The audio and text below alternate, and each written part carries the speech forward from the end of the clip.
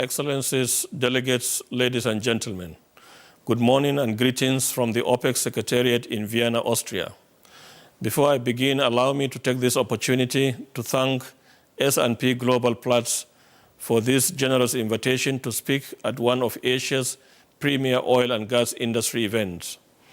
Even though my schedule did not permit me to travel to Singapore for this prestigious event, which is in its 33rd edition, I am pleased to be able to deliver my remarks to you through this video, which was taped here in our broadcast studio at the OPEC headquarters. These observations come at a strategic moment, as just last Friday we concluded our 5th meeting of the Joint Ministerial Monitoring Committee, or the JMMC, which was set up to monitor the implementation process of the historic Declaration of Cooperation. This unprecedented OPEC and non-OPEC cooperation is the fruit of the historic production adjustment decisions that were taken by OPEC and participating non-OPEC producing nations at the end of 2016. In May of 2017, these decisions were extended for an additional 9 months until the end of March 2018. Thus far in the process, conformity levels among the 24 participating countries in relation to their voluntary production adjustments have been remarkably high, which has sent a clear message to the world that these countries are determined to do what is necessary to bring back sustainable market stability. In fact, for the month of August 2017, the overall conformity level reached a record high of 116%. At the conclusion of last Friday's ministerial meeting, the JMMC issued a press statement in which it stated that the joint efforts of the OPEC and non-OPEC countries were bearing fruit and that the oil market was on the road to rebalancing.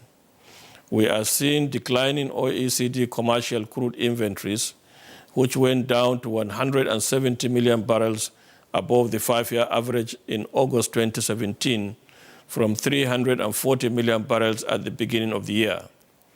Crude in floating storage is also down by an estimated 40 million barrels since the start of the year, with the support of a narrowing contango and even signs of backwardation in relation to ICE Brent in Europe.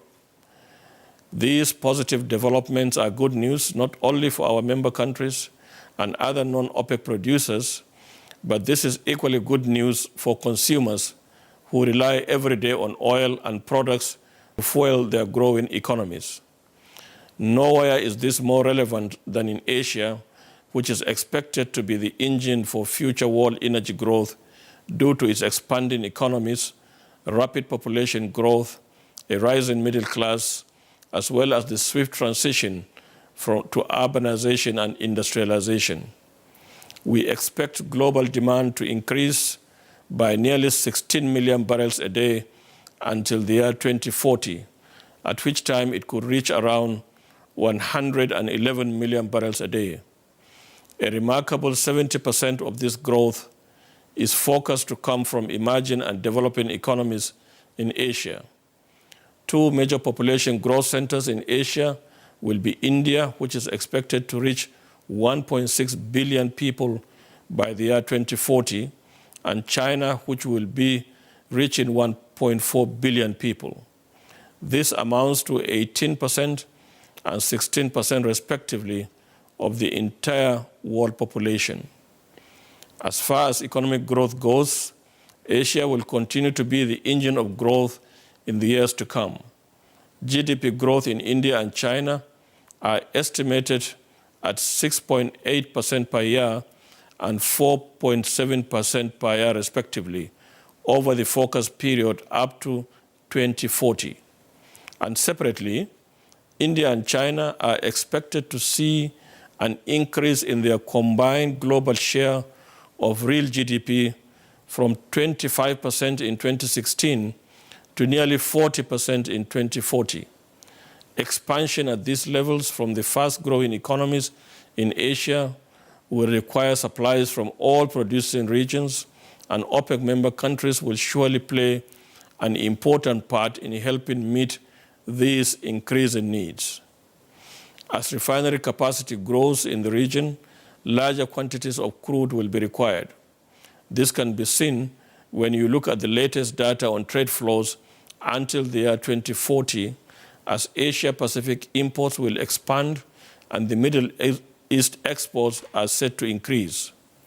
Crude exports from the Middle East to Asia-Pacific region are expected to increase by 7.5 million barrels per day between 2016 and 2040, rising from 14.5 million barrels a day to 22 million barrels a day. So for the foreseeable future, we can count on the Asia-Pacific region to be the primary outlet for OPEC and Middle Eastern export barrels. However, for these growth scenarios to materialize, we will need to see a rebalanced and stable oil market so that industry investment can return to sufficient levels necessary to secure future supply. The historic cooperation and determined efforts of OPEC and its non-OPEC partners through the Declaration of Cooperation have clearly placed us on the right path to stability. However, we must see all stakeholders in the industry rally to combat volatility and ensure that prices are supported and stabilized for the long term, as this is the only way we will be able to restore long-term investment to the required levels again. This is something that can only be achieved together through dialogue and cooperation, especially considering the interdependent and integrated nature of today's global energy market.